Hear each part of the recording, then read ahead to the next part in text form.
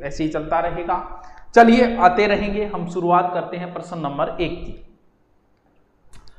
प्रधानमंत्री टॉपिक दिया था, प्रधानमंत्री के क्वेश्चन देखते हैं। देखिए, यदि भारत के प्रधानमंत्री संसद के उच्च सदन का सदस्य है तो, यानी बंदा पूछ रहा है कि भारत का प्रधानमंत्री संसद के उच्च सदन का सदस्य है तो वे अविश्वास प्रस्ताव की स्थिति में अपने पक्ष में वोट नहीं दे सकेंगे। क्या यह सही है या गलत है? वे निम्न सदन में बजट पर नहीं बोल सकते, सही है या गलत है? वे केवल उच्च सदन में ही वक्तव्य दे सकते, सही है या गलत है? उन्हें प्रधानमंत्री पद की शपथ ग्रहण करने के बाद 6 मास के अंदर निम्न सदन का सदस्य बनना होगा, सही है कि गलत है? आराम से इस प्रश्न का उत्तर इजीली तरीके से आप कर सकते हो, एकदम इजी तरीके से इसका उत्तर कर सकते हो। देखिए, आप भी उत्तर लगाते जाइए साथ साथ में, मैं इसका उत्तर बता देता हूं। Congratulation sir ji, thank you thank you thank you. देखिए, अविश्वास प्रस्ताव की स्थिति में अपने पक्ष में वोट नहीं कर सकता। बाकी जो बातें वे निम्न सदन में बजट पर नहीं बोल सकेंगे, ऐसी तो कोई बात नहीं है। बाकी सारी बातें गलत है, ये बात ही यहां सही सेट हो रही है। इसका मतलब डी कैसे किए? अरे भाई, डी तुम कैसे कर रहे हो बेटा?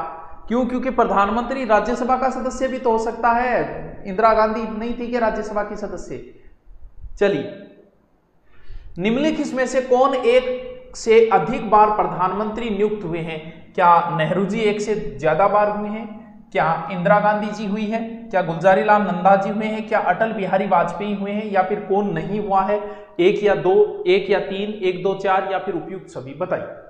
यह भी बहुत इजी क्वेश्चन है, आराम से कर दोगे, लेकिन फिर भी मुझे पता है गलती होगी इस क्वेश्चन में, इसलिए हम जानना चाहेंगे इस क्वेश्चन का उत्तर आपसे।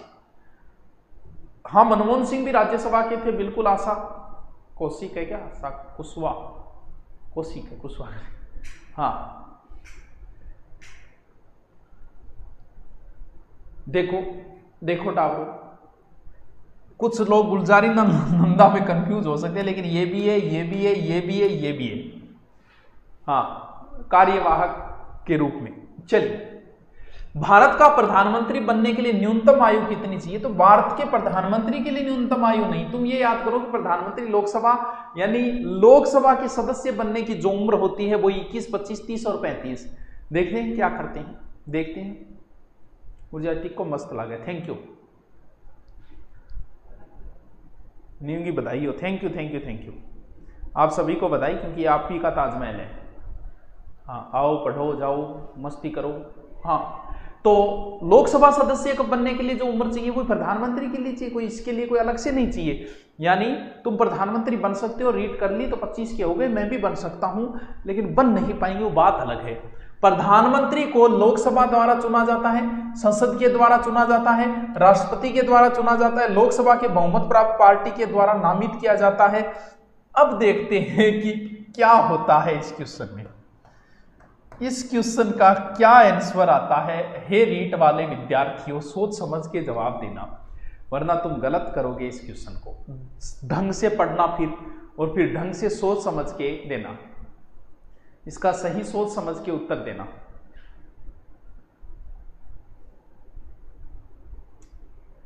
इसका सोच समझ के उत्तर देना।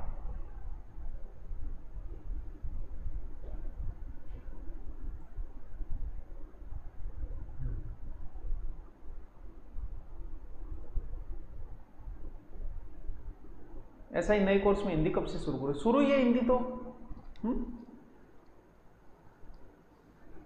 इसका सही उत्तर देना भाई, गलत ही गलत आ रही है, गलत ही गलत उत्तर आ रहे हैं इसके, गलत ही गलत उत्तर आ रहे हैं। फिर क्या उत्तर करोगे? बाबा जाने सबके मन की बात। देखो, लोकसभा द्वारा चुना जाता है, ये तो ठीक है बात कि लोकसभा द्वारा तो चुना जाता है, गलत बात तो नहीं है ये। संसद के द्वारा चुना जाता है, चलो ये तो पूर्णतः ही गलत बात है, ठीक है, ये तो पूर्णतः गलत है। राष्ट्रपति के द्वारा चुना जाता है, एकदम सही बात है। लोकसभा में बहुमत प्राप्त पार्टी द्वारा नामित किया जाता है। अब कुछ इसको उत्तर कर रहे हैं, ठीक है, बहुमत दल द्वारा नामित कर देगा, लेकिन भाई जी जब तक राष्ट्रपति ऊपर हाथ नहीं मिला जब तक कोई मतलब नहीं है। अरे लोकसभा द्वारा नामित किया जाता है, लेकिन फिर भी राष्ट्रपति कहेगा, तो इसका ज्यादा सही उत्तर ये है भाई ठीक है, बहुमत को नेतो अगो फिर ही भैया कोई धोनी दौरी है कि ऐसा ही नहीं, फिर भी राष्ट्रपति का होगा, यानी ये इसका सही उत्तर सी माना जाएगा। अब देखो कितना इजी क्वेश्चन लग रहा है। अब ये क्वेश्चन मुझे पता है आप करके आओगे, डी करके आओगे, 12 आगे लड़ाई और कर लेगा सागारा सागे। तो क्वेश्चन तो बड़े इजी लगते हैं वत्स, लेकिन इजी होता कुछ नहीं है। चलिए, शेख निजामुद्दीन औलिया की दरगाह स्थित है। शेख निजामुद्दीन औलिया बहुत फेमस है भाई, शेख निजामुद्दीन औलिया आगरा में, अजमेर में, दिल्ली में, फतेहपुर सीकरी में। शेख निजामुद्दीन औलिया चौथे सूफी संत है शायद, ये बहुत फेमस है भाई निजामुद्दीन औलिया। किसके गुरु थे? अमीर खुसरो के गुरु। हुजूर दिल्ली दुरुस्त, गयासुद्दीन तुगलक के लिए इन्होंने कहा था कि हुजूर दिल्ली दुरुस्त, दिल्ली अभी दूर है। हाँ बताइए, तो सबको पता है इन्हीं के सामने अमीर खुसरो की मजार है, तो ये दिल्ली में है, फेमस है, तो गलत नहीं होना चाहिए। ख्वाजा मोइनुद्दीन चिश्ती शिष्य थे, यानी ख्वाजा मोइनुद्दीन चिश्ती के गुरु का नाम पूछा है। और ध्यान रहे ये एग्जाम में कोई एक बार नहीं, राजस्थान में भी कई बार एग्जाम में आ चुका है। क्यों? क्योंकि आपके रीट में टॉपिक लगता है सूफी संत, और सूफी संतों का क्वेश्चन कन्फर्म आता है हर बार घुमा फिरा के। तो मैं सारे ही बता देता हूं, पहले आप बताइए इसका उत्तर, क्योंकि ये क्वेश्चन कोई नॉर्मल नहीं है। देखिए, ख्वाजा मोइनुद्दीन चिश्ती के गुरु का नाम था ख्वाजा उस्मान हारूनी, यानी देखो सबसे पहले आएंगे ख्वाजा उस्मान हारूनी। ख्वाजा उस्मान हारूनी के शिष्य थे ख्वाजा मोइनुद्दीन चिश्ती, ठीक है। ख्वाजा मोइनुद्दीन चिश्ती के शिष्य थे कुतुबुद्दीन बख्तियार काकी, कुतुबुद्दीन बख्तियार काकी, बख्तियार काकी। इसके शिष्य थे बाबा फरीद, बाबा फरीद। और इनके शिष्य थे निजामुद्दीन औलिया, निजामुद्दीन औलिया। निजामुद्दीन औलिया के शिष्य थे अमीर खुसरो, अमीर खुसरो। गुरुजी सगड़ा याद करना है, हाँ मुना थारे सूफी संत लाग गए। ख्वाजा उस्मान हारूनी के शिष्य थे ख्वाजा मोइनुद्दीन चिश्ती। इनके शिष्य थे कुतुबुद्दीन बख्तियार काकी। इनके शिष्य थे बाबा फरीद। इनके शिष्य थे निजामुद्दीन औलिया, वैसे निजामुद्दीन औलिया को बाबा फरीद कहा जाता है। और इनके शिष्य थे अमीर खुसरो। रट्टा मार लियो नहीं, अमीर खुसरो का गुरु निजामुद्दीन औलिया, निजामुद्दीन औलिया शिष्य बाबा फरीद, बाबा फरीद का शिष्य कुतुबुद्दीन बख्तियार काकी, कुतुबुद्दीन बख्तियार काकी के शिष्य थे, कुतुबुद्दीन बख्तियार काकी के गुरु थे ख्वाजा मोइनुद्दीन चिश्ती, ख्वाजा मोइनुद्दीन चिश्ती के गुरु थे हजरत शेख उस्मानी हारूनी। रट्टा मार दी, कम को नहीं हो प्रश्न, बड़ो खतरनाक क्वेश्चन है। अजमेर के ख्वाजा मोइनुद्दीन चिश्ती की दरगाह पर नजर भेजने वाले प्रथम मराठा सरदार कौन थे? अरे RS और RTS 13। ओहो खतरनाक क्वेश्चन भाई, बताना इसका उत्तर बताओ, इसका उत्तर बताओ भाई, जानना चाहेंगे हम आपसे इसका उत्तर। ये क्लास बंद ये नहीं करेंगे, 8 से 9 सब्जेक्टिव क्लास आएगी, ये जीके की आपकी आती रहेगी। इसका उत्तर बताओ, 7वें क्वेश्चन का उत्तर बताओ।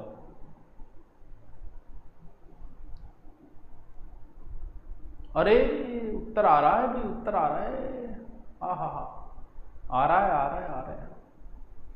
8 से 9 सब्जेक्टिव क्लास आएगी भैया, ऑब्जेक्टिव नहीं करवाऊंगा मैं, कोई मतलब नहीं ऑब्जेक्टिव। आपका टाइम टेबल के अनुसार मैं करवा रहा हूँ, वो हो जाएगा आपका। 15-20 टेस्ट और बचे हैं, कंप्लीट हो जाएंगे आराम से। टाइम टेबल के अनुसार आप पढ़ते रहो, फिर आपको 1-1.5 महीने मिल जाएगा। तो ये शिवाजी के पुत्र थे राजा साहू, बिल्कुल। बहुत से बच्चों ने ज्योति चांद, बहुत से बच्चों ने सही उत्तर दिया, इंटेलिजेंट बच्चे हैं। कौन सूफी संत महबूब इलाही, देखते हैं इसके कितने लोग जवाब दे पाते हैं। कौन से संत को महबूब इलाही कहा जाता है? ख्वाजा मोइनुद्दीन, बाबा फरीद, कुतुबुद्दीन बख्तियार काकी, शेख निजामुद्दीन औलिया। देखते हैं इसका उत्तर कितने दे पाते हैं। ये सुन्नी मत से थे, जन्म जिनका बदायूं में हुआ था। इतना हिंट दे दिया, बता दो, अब बता दो। सूफी कौन होते? सूफी काव्य धारा है, सूफ से बना हुआ एक शब्द है। प्रेम को महत्व देने वाले लोग होते हैं सूफी काव्य धारा के लोग। तो जैसे नहीं होता क्या नाथ संप्रदाय, बिश्नोई संप्रदाय, वैसे ही एक अलग से सूफी संप्रदाय हो गया। डाइटिंग कर ली के पतला हो गया। हाँ अरे अरे वाह, हमारी क्लास में कितने इंटेलिजेंट बच्चे हैं यार, क्या बात है। निजामुद्दीन औलिया को महबूब ए इलाही कहा जाता है, वाह क्या बात है। बड़े सीधे साधे आदमी थे। निम्न स्थान पर कहां पर हवाई अड्डा नहीं है? राजस्थान में क्या जयपुर में हवाई अड्डा है कि नहीं? कोटा, जैसलमेर, जालौर, कौन से स्थान पे हवाई अड्डा नहीं है? मुझे पता है जयपुर कोटा तो आप बाहर कर दोगे, इन दो में आप कंफ्यूज हो सकते हो। देखते हैं क्या उत्तर करते हो। देखिए जैसलमेर में सेना का है, क्योंकि हमारी बॉर्डर जहां जहां लगती है वहां सेना को हवाई अड्डा बनाना ही पड़ेगा। तो आप आराम से इसका उत्तर कर सकते हो, थोड़ा बहुत तुक्का लगा के भी। क्या क्या जालौर, ठीक। आइए, पाकिस्तान से आने वाली थार एक्सप्रेस ट्रेन का राजस्थान में प्रथम स्टेशन कहां है? आजकल तो ऐसे क्वेश्चन नहीं आते, उस समय ये बड़ा चर्चा में रहे थे, उस समय बहुत आते थे ऐसे क्वेश्चन। थार एक्सप्रेस किन दो देशों के मध्य है, मैत्री एक्सप्रेस किन के मध्य है, तो उस समय आते थे। तो आपको दिया हुआ ये टॉपिक तो मैंने भी पूछ लिया। गडरा रोड, मुन्नाबाव, मुन्नाबाज लिख दिए, मुन्नाबाव, खाजूवाड़ा या बालोतरा, शायद तुक्का लगा के भी सही कर दें। नए बेंच खरीदो की कौन खरीद दो, पुरानियों पढ़ ले, क्यों रुपया बर्बाद करे और बार बार। हाँ, नव निर्माण बिल्डिंग के शुभ मुहूर्त में आपको बहुत बहुत शुभकामनाएं। आप जितना कमाते हो उससे दुगना विद्यार्थी इसमें लगाते हो, हम आपकी प्रार्थना करते हैं मास्टर कृपा। Thank you Ramesh, thank you thank you. कमावा लगा लें, क्या करना है, सब कुछ रहना तो यही है।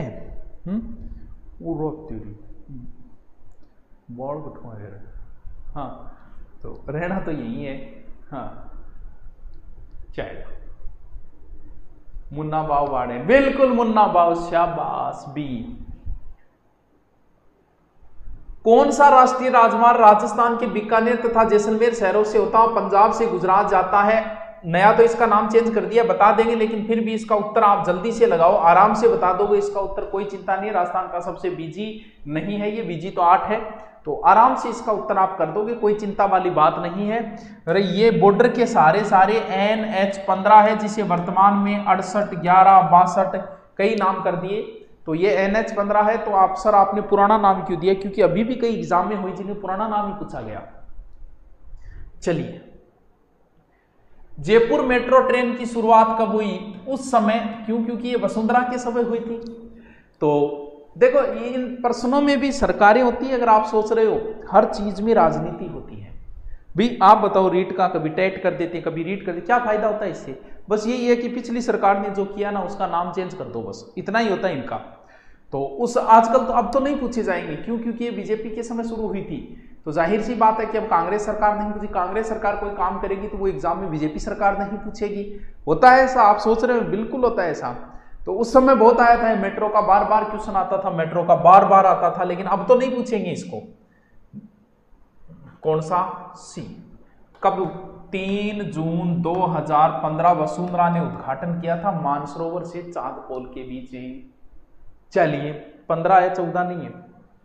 करके सीखना सिद्धांत किस विधि पर आधारित है? आओ रीट वालों, स्वागत है तुम्हारा। आइए, आज कंटिन्यू नहीं डाले वरना आधे घंटे जीके ही चलेगा। देखो टाबरू, करके सीखना सिद्धांत किस विधि पर आधारित है? व्याख्यान विधि पे तो नहीं हो सकता, बक बक करना इसमें। तो कहानी विधि भी करके कहां सिखाती है? कहानी तो कहानी होती है। प्रायोजना और प्रदर्शनी में से कोई एक है। प्रदर्शनी में भी नहीं है, इसमें भी नहीं है, इसमें भी नहीं है। अरे तुम लोग तो तुक्का लगा के किलपैट्रिक की प्रायोजना विधि है, तुम तो तुक्का मार के भी सही कर दोगे इसको। चलिए नेक्स्ट क्वेश्चन, प्रायोजना विधि का दार्शनिक आधार क्या है? ठीक क्वेश्चन है, ठीक बंदे ने ठीक क्वेश्चन पूछा है। प्रकृतिवाद, प्रायोजनवाद, आदर्शवाद या ये सभी? तो जॉन डीवी आराम से कर दोगे। प्रायोजना विधि का आधार है प्रायोजनवाद, जॉन डीवी, शाबाश शाबाश। कौन सा प्रायोजन विधि का दोष नहीं है? ये खतरनाक क्वेश्चन है, ये हवा निकालने वाला क्वेश्चन है, दिमाग लगाइएगा रीट वालों, ये तुम्हारे लिए है। शिक्षण अपूर्ण एवं विशृंखल, दोष पूछ रहा है प्रायोजना का। वे साध्य पद्धति, संदर्भ पुस्तक की उपलब्धता, वास्तविक जीवन से संबंधित। क्या यार, ऐसे ऐसे क्वेश्चन कौन पूछता है बताइए। अब हम उत्तर जानना चाहेंगे आपसे बस।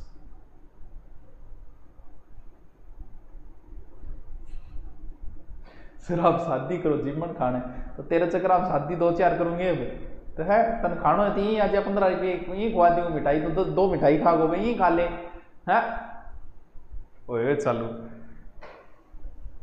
तो वास्तविक जीवन से संबंध किसी ने दिया है क्या? अरे इसका भी उत्तर दिया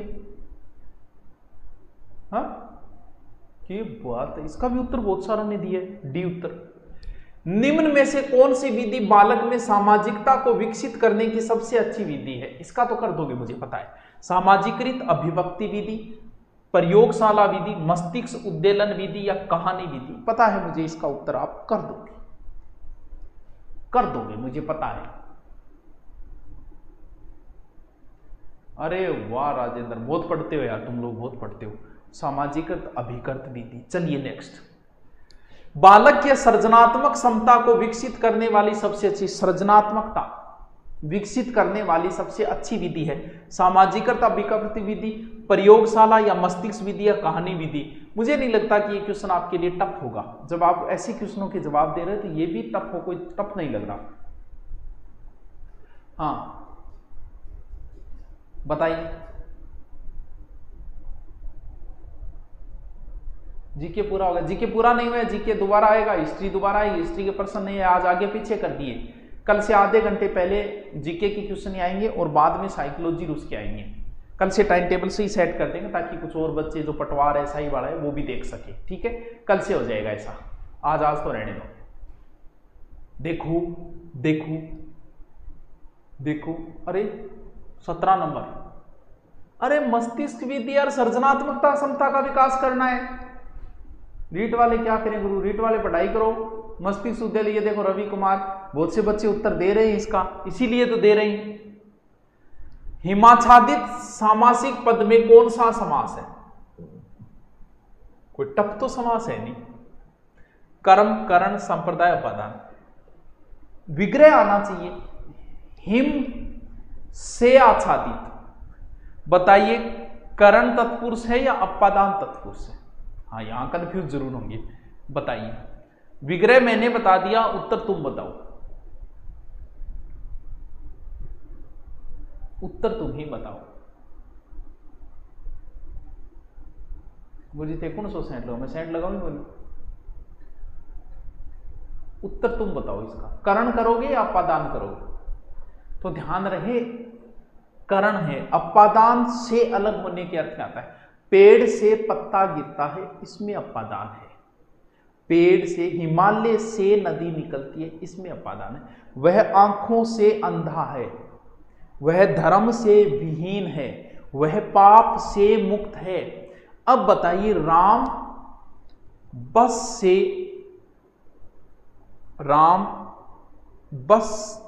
से जयपुर से दिल्ली गया। अब बस से में कौन सा है और जयपुर से दिल्ली गया में कौन सा है? जैसे आपसे कहे राम जयपुर से दिल्ली गया, इसमें कौन सा है?